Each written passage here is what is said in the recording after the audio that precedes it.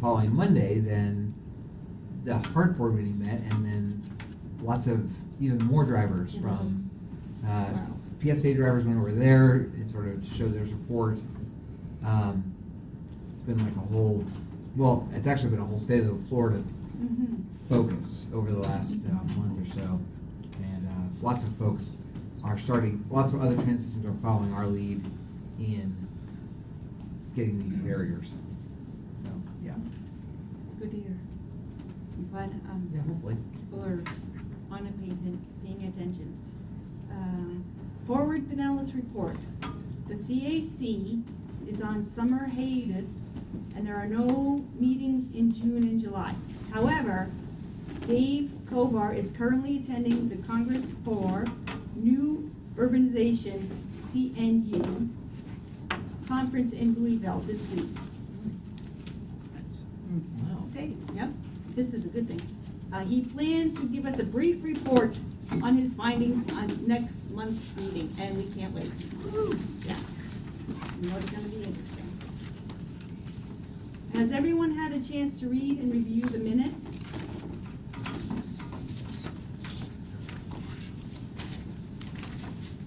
All right.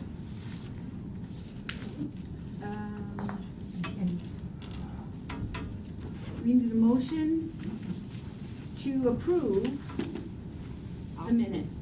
Got one motion? And we have a second. Motion passed. All those in favor? Aye. Say aye. And any opposed? Motion passed. The next item, action item, is the election of chair.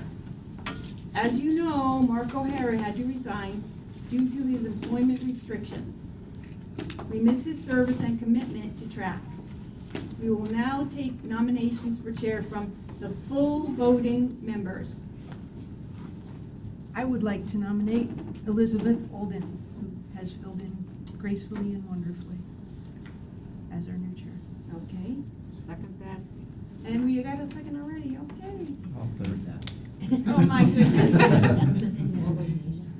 Any other nominations? Okay. All those in favor, say aye. Aye. And all those opposed, say nay. And very quiet.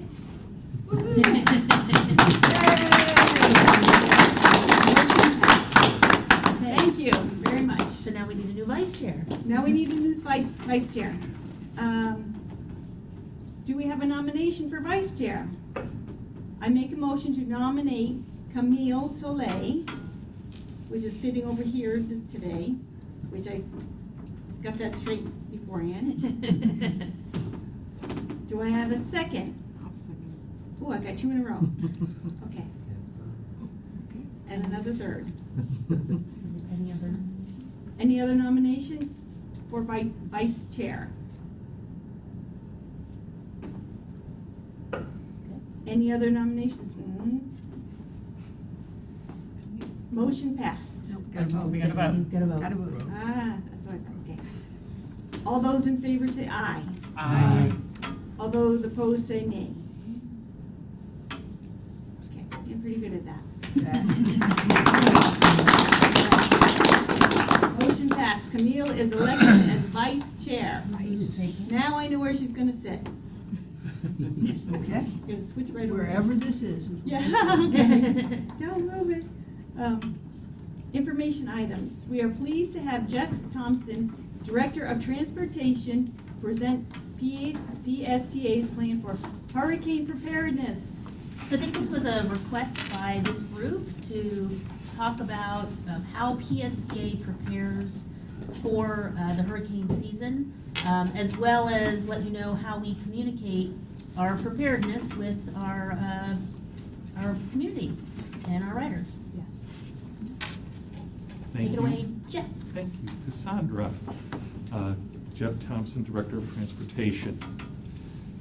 Were you able to feel the hot, humid breeze blow you in the door this afternoon? Yes. Did you feel it today? That's an You understatement. finally start to feel the changes here, and hurricane season has started. It started June 1st, and it goes all the way through to November 30th.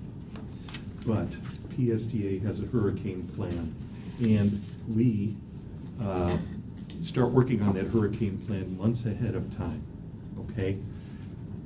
We have to go through that hurricane plan and make sure that all of our communication numbers, emails, names, and everything are good. Then we also have to communicate with our partners outside of here, like the school board, like the EOC, and other providers that we have that may give us supplies or may even provide us gasoline should the gas supply be cut off for whatever reason. So we have to go through that whole plan and make sure that our things are in order. And we have to do that ahead of time. And just as you know, when we start to get to this time of year and you see on television all of everybody telling you to be prepared, to get ready because it's starting, well, you want to start to do it at that time. Because if you wait till the event is here, it's not going to work very well for you. Everybody has to know what their role is, what they're supposed to do, and those are defined in our hurricane plan. And we update it, as I said, every year. We get all our telephone numbers straight, all the places where we're going to go should we have to evacuate our building here, the different functions of each department. It's broken down by department. You know, planning's got certain functions that they have to do. Our IT department is critical, so we all have to make sure that we're all on board with the same plan, but it's got to be ahead of time before the event starts. Okay, so we've been working on that we probably start working that about the end of March, 1st of April. Okay, and what happens then is we check also to our physical assets that we have here at PSTA to be able to help us to function should we have to face a storm, which we hope we don't have to this year.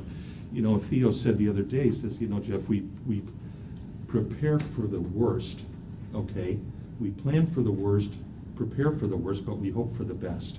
And we hope we don't have to have another evacuation or another storm to deal with this year, but we plan to it and prepare for it. So all those things go into account when we look at the plan and we figure out who's going to do what's got to be moved, what's got to be lifted up off the ground. How, for example, how far do we have to move things away from windows? Should our windows get affected by a hurricane? Should they be blown in? So all those things got to be taken into consideration, and how we're going to protect our employees, how we're going to communicate with our customers, and how we're going to protect our property that we have, and particularly our bus fleet. Those things are critical to our being able to recover, as you know. So, all right. Communication is important. We communicate internally. Okay, we meet in groups. We have our directors, chiefs, and managers get together, and we talk about, okay, what's happening? What's our plan? What are we going to do? Well, we've already read over the plan, so we know what we're supposed to do. But each storm is different, okay? So it depends on what's going on, what's attacking us, shall we say, how we're going to respond to it and what we need to do, okay? But we're able to communicate via emails, face-to-face, of course, through texting and through telephone. In talking with the IT department today, I was encouraged. They told me that when we shut down our servers, when the storm is approaching, and if we have to evacuate our building, if we have to shut down our servers, then some of the communication is lost, okay? In particularly emails, which affected us last year, and we had a lesson learned from last year when that was shut down. So now, what they've done is they've taken some phone lines and put them up in the cloud. You've heard that term. So they're not here on the site. So we have a couple numbers in which we can communicate with not only our employees, but also with our customers. So that would be our plan then, to help our customers understand, you know, when might we be shutting down? When might we be resuming? All those things need to be considered. And how are we going to communicate that to each other? How are we going to communicate that to our customers? Because you'll want to know too, right? So it's important. And of course, social media is a big thing today. That's what we use quite a bit to communicate with a lot of people as the communication process continues as we prepare for hurricane season. Now, If you go to the Pinellas County website, you'll see an evacuation map that looks something similar to like this. You type in your address and it'll say, okay, Brian, you have to evacuate at level C. It may say, Camille, well, you're in a non-evac zone, you're in one of the white areas there, you're safe, okay, you don't have to evacuate. And when they type mine in, I have to evacuate when the wind blows, okay, because I live in a mobile home now, okay? So it's different for everybody, but it's good for you to know this for your own safety, for your own family, and any of your friends and relatives, okay? So that's, and how do we fit into this? Well, the different shelters that the county says they're gonna open based on the level of evacuation are listed on the map, okay? And our bus routes, as before the storm gets here, we have identified our bus routes to be able to deviate and go pick up people and deviate off the route a little bit and go to the shelter itself, okay?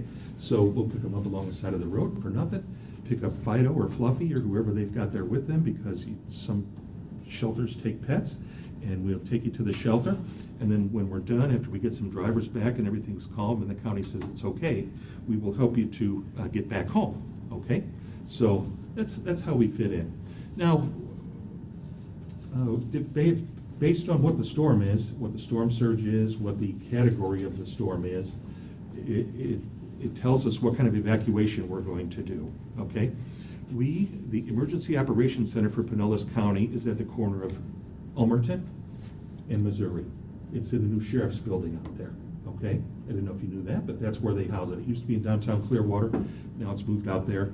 They've got this brand new hurricane-proof, rock-solid building that can withstand just about anything, okay? It's a beautiful facility, and Theo's gonna talk about a little bit about that in a minute. But once the evacuations start, then we start to kick in. We help out the county in any way we can, and we do that up until tropical storm force winds are sustained. What I mean by sustained, a gust is a gust, that's all it is. It'll be a gust, and it'll calm down. It'll gust and calm down. Once we get within a specific radius of a storm, all of a sudden, the winds become sustained at this speed. Okay, when they are sustained at tropical storm force, PSTA ceases to function at that time, and we pull the buses off the road because it's time at that point, okay? But before that happens, we're involved in evacuations, and we help people to get to shelters. We do some trips with EOC's coordination, the Emergency Operations Center coordination, and we may go to a mobile home park, we may go to a nursing home, we may go to a school, we may go to anywhere that they tell us to go that we can get to where it's not too deep, where the water's not too deep, it wouldn't ruin the bus, and we can help people to get on that bus and go to where they need to go. So we do that before we cease operation also. That's part of our service that we provide during these kind of events. And then lastly, I wanted to mention to you that we've got a couple places that we store our vehicles. You may have seen pictures of New Orleans when they had a terrible hurricane there and the buses are all flooded out, like sitting in a field of water, okay? We don't want that to happen at PSTA, okay? We want to make sure that our buses are protected. We have to protect them from flying objects, from the wind, and also from water. So to protect our assets, we park our vehicles at Clearwater High and at Countryside High. All right, we get about 70, we've got 210 vehicles, so we get about maybe 80 at Clearwater and the rest up at Countryside High, okay? We take them up there because it's a non-evac zone, it's a non-flood zone, and the buses sit there and they weather the storm together all in a big clump. Okay, we park them as close as we can together to keep the wind down between them so that they don't suffer any damage it's unnecessary because they're parked all alone, okay? And of course, there's no water to get up in the parking lot there. Most of the time it's dry, and you know, it's safe for us, and it's a reasonable place that we can park them where we can get them there in a hurry and we can get them back in a hurry, and it's nice and good. So that's some of the planning that goes into it. We make all the plans we want, and sometimes, you know what, the Emergency Operations Center says to do this. Well, guess what? We are at their complete cooperation. We do whatever they ask us to when it gets right down to it, okay? So very cooperative with them, and we're very happy to work with them, and they help us out a lot too. I'm going to turn it over to Theo Bacomihalis, who's the Superintendent of Safety, Security, and Training. He's going to tell you a few things about what happened at the EOC this spring and how we work with them. And I'd like to introduce him to you now. That's Theo. Hey, how you doing? Welcome. Thanks. We are a very active part of the Emergency Operations Center for Pinellas. We also work with the FDOT, the Florida Department of Transportation. There is some safety committees that we sit on with USF and Qatar as well. And we actually have a seat also. We are a co-chair of our Emergency Management Committee in the state of Florida. And we partner with law enforcement, we partner with a lot of people. The Emergency Operations Center, we have had communications with them consistently, maybe 2-3 times a month. And we just got through a drill, did a nice little drill, a tropical storm drill, where we had also some of our supervisors go to the EOC. There we have a bunk, we have a place where, because if there is an activation of the EOC, we actually do sleep and stay there. And we have our own little desktop, our own little desk, and we're not the only ones. I mean, it's a huge place. So basically, like Jeff said, we get all our commands from the EOC, and whatever needs arise, we try our best to fulfill them. Through this drill, you can have, most of what we do is transport. We transport and evacuate. We will do the runs, like Jeff said, but we will also do special evacuations. It could be the homeless, it could be to special shelters, it could be evacuating one hospital or one, and whatever it takes. The Emergency Operations Center, we talk about hurricanes all the time, but it could be activated even for a flood, for any reason whatsoever. So we went through this drill, the tropical storm drill, and the other thing that was discussed a lot through this drill is lessons learned from Hurricane Michael. Hurricane Michael hit in the fall of last year, hit the Panhandle. It was devastating, and it finally has been upgraded to a Category 5 when it touched down. Okay, some lessons learned. We just came out of a conference. We had the transit company up there suffered percussionary damages, not only with objects hitting buses, but with the pressure of the winds imploding windows and glass and stuff. They are still at about 60% ridership, and that's from last October. They have only about 65% of their employees that have returned. So our recovery is not something that happens instantly. Now, once we get through the hurricane, the damage assessment takes a little while. And that involves Pinellas County Public Works. Are the lights back? Are the traffic lights working? Are the roads even passable? The Safety and Security Department goes out every single morning. With Hurricane Irma, we were going out, at 1 in the morning about? At 1 a.m., we cut the county up. We had someone positioned at all sides, and we started evaluating all our routes and all our streets. And basically what happens, we'll report back to Jeff and to Transportation and make a decision as to what routes can be opened, and if they can be opened to their full capacity or even on detours. It's never a switch, it's never like turn on the switch and PSTA is back. So it takes time. We could take days, and Hurricane Irma, I think it took us about 4 days, 3-4 days to get back. Panhandle, they're still not back, and it's like 5 months later. So that could be an ongoing process depending on the damage that we suffer, but we're on top of it. And it coincides a lot with Public Works, with law enforcement, and with everything else that the county has to offer. Remember, we are one of the biggest first responders for transportation. And when called upon from the EOC, we've also transported, National Guard or law enforcement, SWAT teams. We will do whatever we need to do. So we play a big part in that. And we are as ready as we've ever been for this year. Hopefully, like Jeff said, we plan for the worst and then we hope for the best. We have some good lessons learned from Irma, and where we had a complete shutdown of PSTA. And so hopefully we won't need it this year, but if we do, we're here to do what we have to do.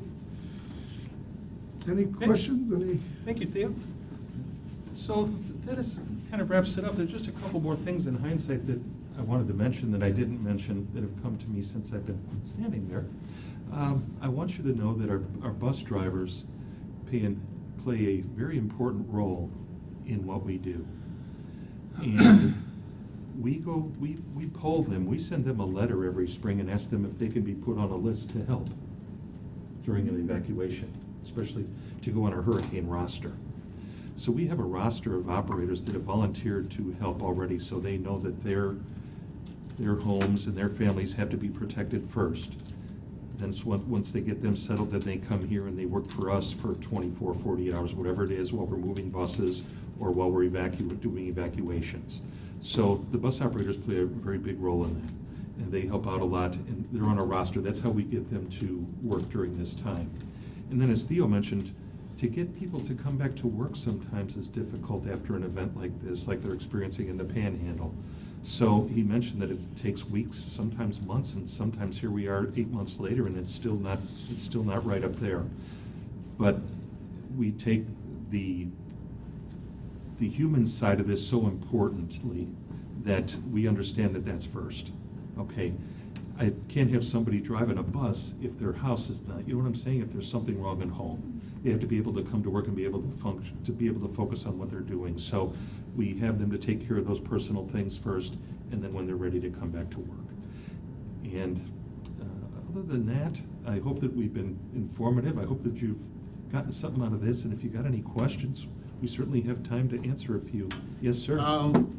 My main question is, have they fixed the screw up from Michael where the bus drivers do not tell us that they're shutting down at 4:30? And I was on a bus the whole way, nothing was mentioned at all. I got off the bus, went to get on the 75, and the 75 says they're not allowed to let anybody on. Now, had I known that, I would have ridden the 18, and I would have been within a mile and a half or so. Instead, I was several miles away, stuck at Tyrone Mall, instead of being at Park and Tyrone / Bay Pump Boulevards. I apologize for that. That just sounds like bad communication on our part. When we shut down, the operators know what they know what the plan is. You know what I'm saying? They know when we're going to shut down the service. That decision is made by Mr. Miller as he signs a declaration stating, okay, we've got an emergency and it's starting at this time. So that's just poor communication on our part. That is fixed, yes. But we do try to, I remember we specifically wanted to make that determination with enough time so that all the drivers would know and make tell their customers, so that shouldn't, we wouldn't, that happened. We wouldn't strand you. And Remember that the shutdown is not a given, like we'll say, okay, 4 o'clock, we're gonna close service. It's based on safety. When the winds are tropical storm, high clearance vehicles have the risk of tipping over. And so once those winds hit 45 miles an hour sustained, we got to stop service. But on the same token, we will never strand anybody. If you're stuck out there, let the driver know. I did. And that's it. And it was. And I do apologize for that. They radioed in and talked to supervisors, and they were told no, they couldn't continue their route and drop us off. Make sure that doesn't happen again. And if there had been an announcement, I would have stayed on the 18. There would have been no problem. I would have been much closer to home, and I would have walked, and I wouldn't have been upset about the walk. No, thanks for telling us, because we can glad make you sure brought that doesn't that up. happen again. I wasn't aware of that, because at that point, we can even have a supervisor car or something, transport those few people that are stranded. We'll make sure it doesn't happen again. yes, sir, Brian. Not even hurricanes, but actually severe weather where the winds are at a certain gust. And let's say bridges like the Howard Franklin or the Gandy might need to be closed. How would that information be conveyed? Because it doesn't necessarily have to be a hurricane. It could be a very severe thunderstorm. Would that be communicated through drivers that say that we have, the National Weather Service says we got gusts of 40 winds we have a possible tornado warning, that kind of situation? We try and we have our emergency weather radios within our dispatch center and within our radio center, so they go off and they let us know what's happening. Now, it's up to us to listen to them to watch Bay News 9 or the weather, and to translate that and put it out to the drivers. Now, when we do have a tornado warning here at PSTA, we have for our office here, we have a procedure that we do where we go into safe rooms, as they're called. When we do have severe weather out on the street that's popped up, like a tornado or a severe windstorm or something like that, and we can see it and we know it's coming, the drivers are told to pull over and stop. Okay? Now, as far as the bridge is closing and whatnot, we just try to keep the service running, and we're at the mercy of the highway patrol or whatever. When they say stop, we stop. Okay?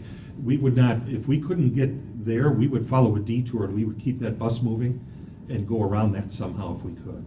But those kind of situations, while we're kind of past that time of year now, they usually happen in the springtime. And we usually do have a couple instances where we have tornadoes and things where we have to stop for a moment. But usually they pass quickly, so it's just a temporary thing. But yes, the information goes out to the driver and they stop or go or detour to go around, whatever it is. And our radio communication center will communicate all detours and local events to customer service. It'll also end up going on social media quickly. If it's something that's going to sustain for an hour or so, it'll get out there on social media. Anyone who calls in to customer service will So be customer service will automatically know. Correct. Yeah, Correct. But some of that stuff And we- happens so quickly that we Yeah. don't. We have by had the some time times we- where, like Pasadena or Pasadena, certain areas are shut down and we have to detour for a prolonged period, and that is communicated out to customer service and out. And if it's very long, it'll go out to the media as well.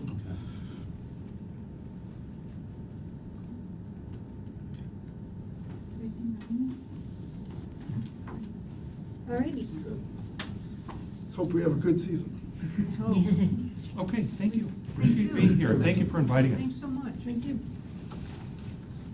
Those were good member comments. Are there any more member comments? I would like to say, the part about that picture with the big table with all the different media things, everybody's got a role to play, but they don't know how all the pieces are gonna fit together because every storm is different. I thought that was really interesting. And also the cloud, that was cool. I don't quite understand the concept, but I like it. Somebody knows how to do that. If I could, just 1 second, I could give you just a little more detail, and I'm sorry, maybe I should shut up. But what happens is, we've designated a couple phone numbers, as I mentioned, and I think one's gonna be for the employees and one's for the public. And so we would say, okay, public, dial 530-1900, the regular customer service line, and we're gonna forward it to outer space. So we're gonna record a message for you, and you're gonna call that number, and it's gonna forward to that thing, and you're gonna hear, okay, the PSTA Route 4 and 9 and 20 and 34 will resume on June 23rd at 5 p.m. Thank you, have a good day. Boom. All right. All right, and so the other one for the employees will be like, okay, if you can make it to work today, we're gonna start these routes, come on in, we need you, et cetera.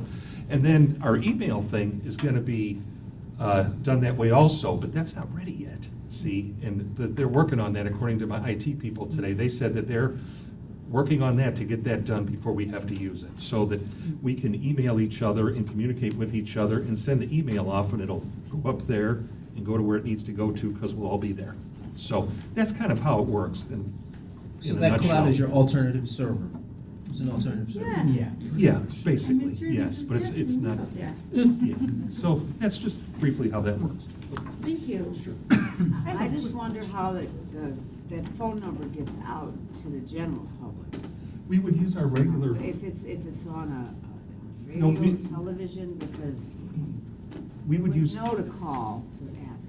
well, you would call our Most reg. people don't know that the service runs that late once there's an evacuation, they figure it's done. You would call our regular customer service phone number. I'm saying, how The does it get 530-1900. out to the general public that there's a number for them to call? Not Because the it's, people that already know about it. because it's our regular number, it's the number that you call when you want bus information, and most people know that. It's on all 5,000 bus stops. Yeah, it's and on, it's, It would be on I'm TV as just well. saying, when there's Yeah.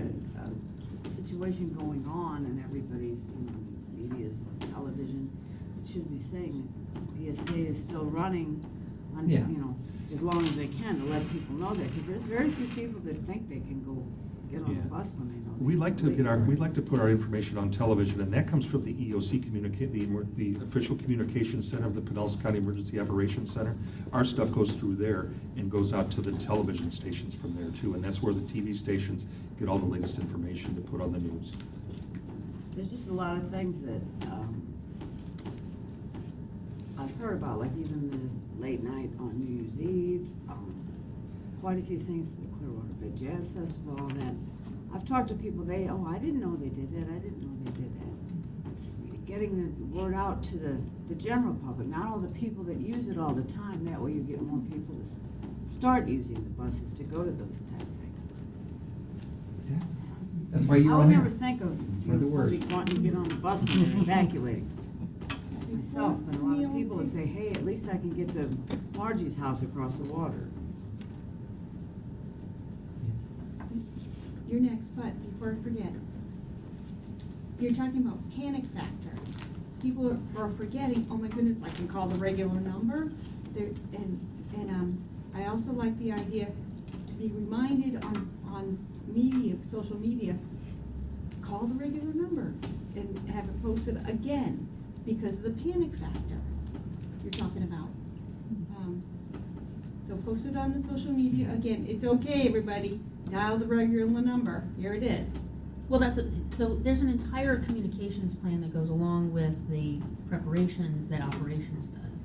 And so as part of the communications plan, all of what we do on the telephone will also be on our social media platforms. And then Whitney would also give that same information to the television station. So we definitely try to make sure that we communicate with people in a multiple different ways so that people get the information the way that they are looking for the information. But you're right, it is a challenge. People wouldn't think. And then the other part is making sure that year to year we consistently do the same thing. So what we did last time, as much as possible, we do again, so that people can rely on that from the beginning. So during Irma, we made a big push for social media, and that was quite helpful.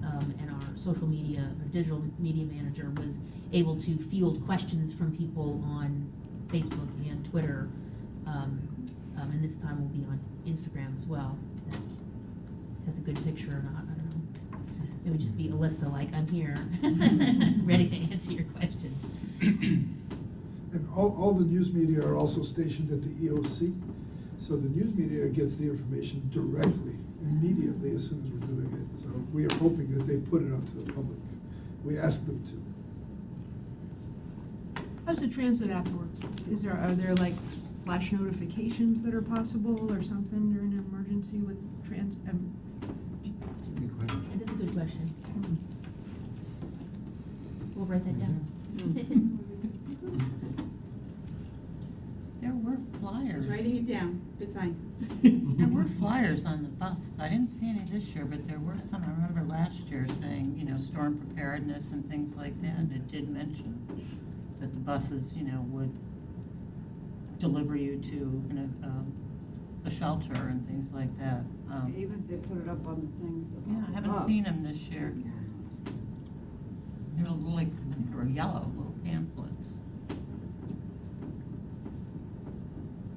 They were fluorescent something. Yeah, they were bright. They caught your eye. Yeah. When one of those maps comes out, you see on the weather reports, maybe that will be the time they'll appear again. I'm trying to find that picture. How do the bus drivers get home from the high schools once they take the buses there? Yeah. They come back, well, we have a Is caravan. there a We have bus that car- brings them all yeah, back here? We bring back 40 at a time in a bus, Okay. and then they hop in another 40 buses and go. Okay. That's how they come back. We Then shuttle what them is back. it? Yes. And then of course, last one out of here is a rotten egg. You jump in your car and go. Yeah. That's usually us. So when we see a picture like this, that's when the storm people will start to. Yeah, I mean, it's the usually, information out.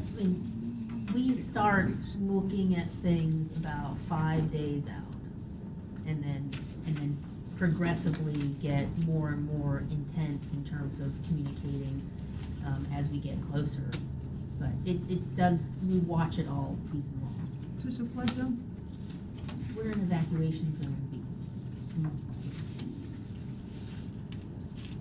Hopefully, we won't have to worry about it at all. That's right. I think there was somebody over here had a hand up earlier. Were you okay over here? Member comments? Was this helpful, useful? Oh, yeah, Good. definitely. I love Very it. good. Very good. Okay.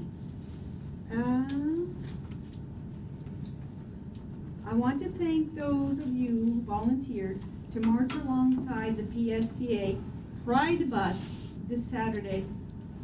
That was a while ago, wasn't it? No. It's coming Saturday. St. Pete Pride. Nicole, anything to add? If you would like to still sign up to volunteer, you are welcome to join us. You can just let us know, as long as you let us know by Friday, you are welcome to come. The only difference between signing up now and signing up earlier was having a guaranteed shirt size. So if you're okay wearing whatever shirt size we have left, we are happy to have you join us at the parade.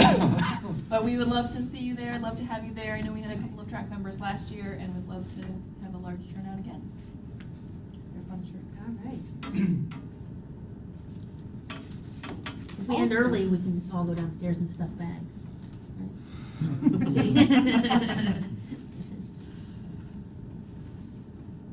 I gotta get back on track here. Sorry. Back Already on track. Oh, I see what you did there. Yeah, I planned that. And thank you to those of you who have been great ambassadors, helping public engagement staff with conducting surveys at our community meetings. As always, if you have time, please see Juan and Nicole for volunteer opportunities. We are still doing the Looper survey. Okay. Yeah, so if you get a chance, come on over and visit me, and we'll just set up a date and time, and we'll go out and ride the Looper together. Madam Chair, Go ahead. may I address your group? Yes, please. Good afternoon. I wanted to get this group's perspective on stuff that we'll be voting on tomorrow and next week regarding the partitions for bus drivers. You guys have a unique perspective in that you're interacting with the bus drivers and you're riding regularly. We received some information. The report was shared earlier about Mr. Dunn and his death in heart. And last board meeting, we had a ton of folks came in. We also received a presentation on our own history and with respect to assaults. So, and correct me if I'm wrong, but I believe the numbers were since 2016, we've had 20 assaults on a bus driver. 17 of those were spitting. 3 of them were physical altercations. I think that's right, yeah. So we're now, after what ultimately was a random act of violence in Hillsborough County, we're looking at putting bus partitions in to separate the drivers and protect them, mainly also from their blind side behind them when they can't see what's coming up. If we include in our history, we've also had, I think in the last year, 2 incidences where we had bus drivers that had personal medical issues. And at one instance, a passenger was able to safely steer the bus to the side. In another instance, a passerby was able to get on the bus and then navigate the bus to the side for safety. That is something that will not be an option if we have these partitions. So, coupled with that, the partitions are gonna cost about $1 million to install on the 210 buses. You heard last month, I think, from Debbie regarding our capital budget, and there isn't just money floating around. But I really wanted to get the perspective or the thoughts of the folks here as to, do you find value in it? Do you think it's worth it? Do you have concerns? Any thoughts? Yes, please. I come from work from Bay Pines, and I ride my bicycle, and I got on a 79 bus, and I actually saw this partition. Okay, it's a metal, it's part plexiglass, and it's metal together, and it swings towards the driver, so you gotta pull it out. It's around the edge, right? And then you have, when you put the money in, it goes all the way up forward. But the complaint by the drivers is, if someone wanted to assault this person, they could come around the end. That's a problem. So the drivers were saying it might not be as safe as they want, because it has to go all the way to the windshield in order for them to be protected. So, And I think that's the agreed upon notion between management and the union, that the new partitions that they're looking at would go all the way to the front window. I believe. it had to go much further. Yeah, So right. that was the first time I ever saw that. I was scratching my head, what is this for? And then all of a sudden I heard about the assault, and now it makes some sense. But they're very concerned about the actual design. Okay, so, and another issue, well, I guess I've experienced this before, is where you have a passenger that is very disruptive, and you have people that are getting on the bus, they're either going to work or they're coming off of work, and you have a passenger that is angry, and he takes his frustrations on all the passengers on board. So everyone's under stress. So all of a sudden, the driver has to stop the bus, turn off to the side, and then he has to confront the person, what is your problem? And he has to make several decisions. One, will you be quiet? If you don't, you have to leave. Or he might have to get on the, communicate with law enforcement. And then meanwhile, you got passengers that are going to be late for work. And it's very stressful for these drivers to deal with that. Also for the passengers to deal with disruptive behavior. So I'm not sure. I feel for these drivers, and I'm not sure what the solution is at this point in time. So it's a rare occurrence, but depending on the routes, 52, the 18, where it's a route that is used on a regular basis. So I'm not sure. I feel for these drivers. I don't know what they'll do when they're under stress, and you have passengers under stress. So I don't know what the solution is going to be. So I just need to put that out there, because I ride the bus 7 days a week, and I see these occurrences. As a passenger, how do you feel about the bus driver being in a secured box, basically, while the passengers are on their own? It's dicey because the driver's going to have to make a decision. If he stops the bus, he can't get out of his seat and open this thing up, because he might be susceptible to an altercation. So he might be claustrophobic, and he might have to get on the phone and call law enforcement. Meanwhile, the passengers, they're stuck. They don't know what to do. So it's dicey. It's a judgment call. So. Any other? How high are those? Brad, they go mostly to the ceiling, or pretty close. Well, they're like 5 feet or so. They really just go above, really just maybe a foot above the person's head. They don't go all the way to the ceiling. Okay. They're about Yeah, I mean, the shoulder one we height. have now is maybe about this high, like above the driver, where the driver's sitting. And it rotates. And then the new one is a tiny bit higher, it looked like, and it does go, it's like instead of like a triangle with an angle, it's like a square. they space. gonna have to reroute ventilation into the hole? That's an issue, that, some folks raised. You know, Yeah, that'd be hot as heck. Or the rest of the bus is gonna be really cold. Well, actually, the way buses are built, I mean, I just learned this through this whole discussion. The AC system for the bus is designed to cool the passengers. And the driver on many buses gets very hot. And especially our buses, they Gillig, which all of our buses are made by the company Gillig, they have like a fan that they, in the bus operator area, to kind of like blow the cool air a little bit toward them. So, but no doubt that these barriers are going to change the airflow around there some. Is it gonna go on every bus? They're going to go on every bus. Now, I should just say, Trolley? just, you know, and Commissioner Schulman is doing his own survey. We did a survey of our bus operators, and we actually did a survey a year ago, or a little bit less than a year ago, when we put the one that you saw, the pilot in, and the response from the drivers was somewhat mixed. Not all of them wanted it. People had concerns about being claustrophobic or the airflow and stuff.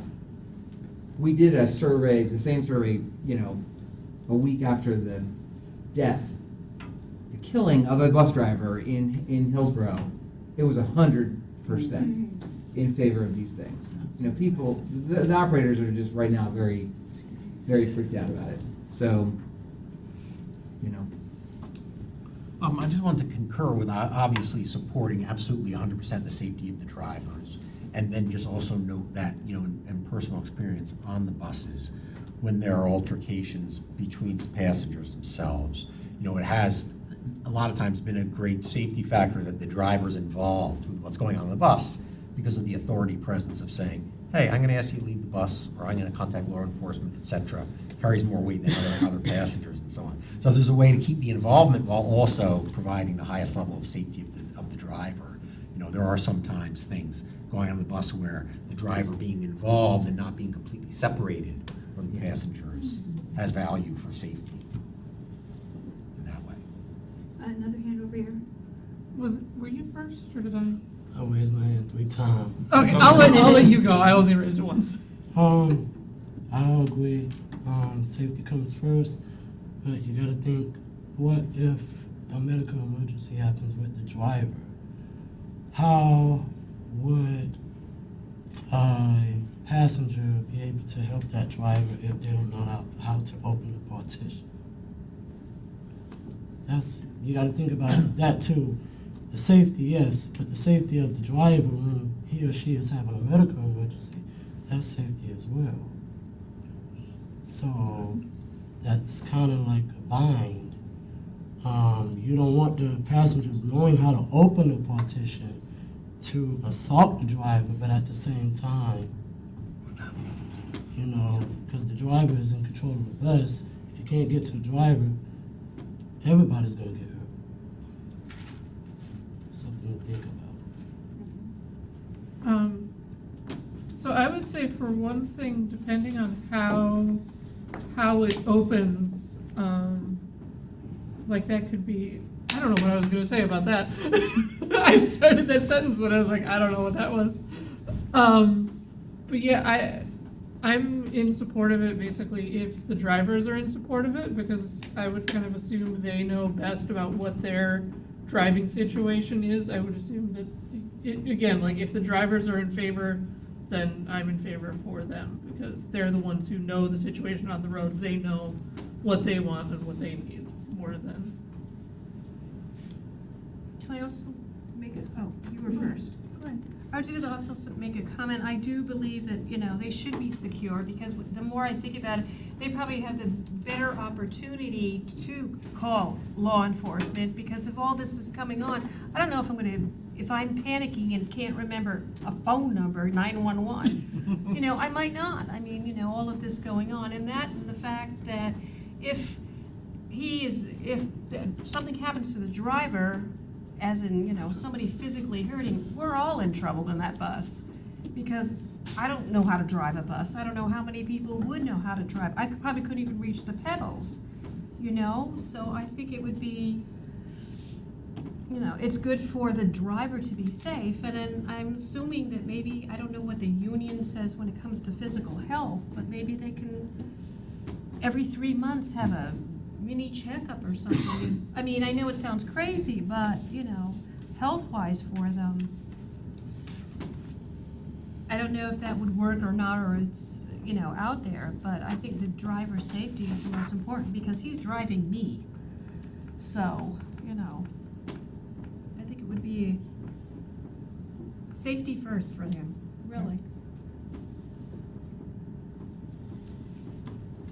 Are there other places that use these?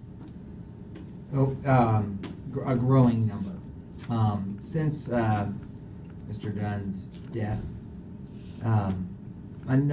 all across Florida, I was just at a meeting with all the other transit systems across Florida, and Jacksonville has announced that they're going to put them on all their buses. Hart, of course, now has decided to put it on their buses. Palm Beach County, Palm Tran is going to put 100%. They are going to test some different kinds out, like the partial one and stuff. I've never seen them The in bigger cities, Philadelphia, Chicago, Some buses in Chicago. they have on some. Miami-Dade has it on some of their buses. Now, Miami-Dade has now decided, since the death, to put it on all of theirs. 'Cause I read the trolley, and I know we're trying to get more tourists to use public transportation. And man, if I got on the trolley and they had a guy in a bulletproof or, you know, thing, I'd be like, where am I? And I'm not gonna do this. Yeah. You know? So just the overall message is terrifying. Yeah, It's like, I agree. yeah. I That's mean, the it's just, mood it's right now. gonna, yeah. I was thinking, I don't know if Jeff or Theo, the questions about what the driver is supposed to do when there's a passenger-to-passenger altercation. Maybe you can just tell them what we tell them to do. Oh, yeah. Theo, you start and I'll, go ahead. What do you tell them to do when you train them? The most important thing we train is verbal de-escalation and ways to de-escalate things. Once, you know, communication is key. So the bus, though, that you said, once an altercation starts, the bus is going to stop, and it has to stop. It would be dangerous for the wheels to turn while other things are happening, because you'd have two hazards going at the same time. So that bus is going to pull over, doors are going to open, so that make sure that anyone who wants to get out can get out. And then law enforcement and help will be called, which is usually very quick. In the same sense, the best weapon that we have at our disposal is to de-escalate these things before they happen. And we do trend what's going on. We have been watching it dearly. And one of the things that is a little bit concerning is that our community has somehow started to accept a lot of behavior as the norm. And when we accept these things from happening, then they escalate quickly. And once something escalates, it's hard to bring it back. So most of the training is involved in de-escalation and in calming people down and getting them to where they need to go. But once it gets physical, there is a problem. Are there? So the reality is, He had a question. here's the reality. Go ahead, sir. You got an argument going on in the back of the bus, and the driver turns around and says, "Hey, knock it off, or you're both going to get off the bus," right? That's what happens. Yeah. Okay? And if it stops, we're okay. If it doesn't stop, then I think there's another, "Hey, knock it off," and we pull over, open the doors, and call for help. Okay. That's the drill. Are there certain passengers that would be banned from, due to a trend of altercations with drivers and passengers where they're not allowed on that bus? Is there a Yes, there is. database? Yes, there is. Absolutely. We have given We blanket trespass warrants to all our law enforcement in all our boroughs and cities. So law enforcement can trespass anybody. Trespasses will be for 6 months. If there is an assault involved, the trespasses are permanent. We do have an active folder, an active file. Our supervisors, our drivers, everybody has access to it.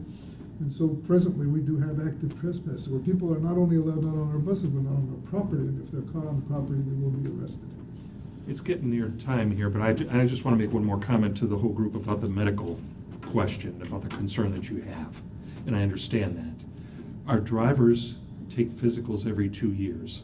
Now, those physicals are up to DOT's requirements. That does not mean they're not going to have an episode, or that nothing can happen after they have their physical, just like it can happen to you and me while we're driving down the road, okay? But the instances of medical problems with our bus operators is minimal, okay? We've just had a couple of them recently. You agree? Yes, it's right. Okay, very it's right. minimal. The spits, the punches, the whatever would happen to Mr. Dunn hasn't happened here, but they're becoming more and more aggressive. And you remember how you felt when the planes fly into the World Trade Center, and all of a sudden you can't get near a pilot on an airplane, can you? They've locked the cockpit. Well, this incident that happened has locked our cockpit, shall we say, okay? And if that happens under my watch, it's on me, okay? And we shouldn't let that happen here. We should do everything that we can to not let that happen to one of our employees. We need to make sure that they go home every night, just like they came to work. And if we can take that. So if it's going to be hot, if they're going to be claustrophobic, I'm sorry, you're going to have to get used to that.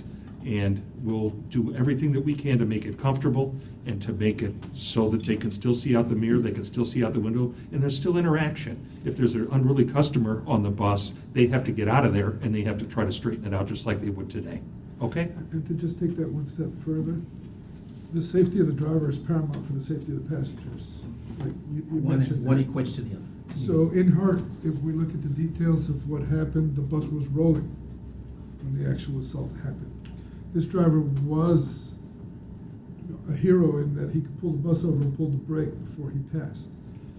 But like Jeff says, if that wasn't possible, you'd be looking at a lot more casualties. So the safety of the bus is even more paramount than the safety of the driver himself, as is in aviation. Always possible, Theo. The buses, they only travel, the average speed of the bus is not that fast, okay? So if there is an episode, in most cases, the bus comes to a control up against something or running over something and stopping, okay? And most of the time, it's not people.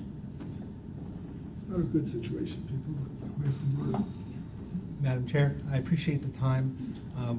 We've heard from bus drivers, we've heard from management. I wanted to make sure that we had an opportunity to hear from the riders as well before we start making changes. So I appreciate the feedback, and if anybody has anything else to share, I'll be hanging out in the back. Got Yes. one over here. I would just like to say how proud I am of PSTA leading the charge on all of this. You've taken the reins and done what needed to be done without hesitation. And we thank you for it, we really do. Thank you. Well, just like Jeff said, I mean, it's my, I believe we have to do this Absolutely. for our folks. And it could have been mired down in Yes. a lot of Still things. is. Yeah, it Yeah. still is, but you guys took the bull by the horns and led the charge and got it done, and I'm grateful.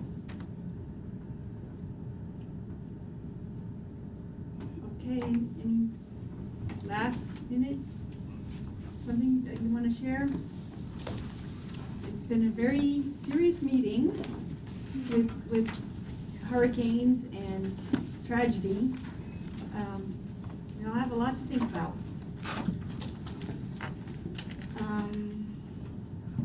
I would say thank you to everybody for the very heavy meeting. And the meeting is adjourned. Thank you. Thank you. And we plan on being happier next month. Because Yes, we have. Dave's gonna be Unless we have a back. hurricane. We have. Oh, right. I know, right? At least the hurricanes don't like directly hit us. PSA folks are so well prepared. Yeah, I'm impressed. We're so well prepared that the hurricanes avoid us.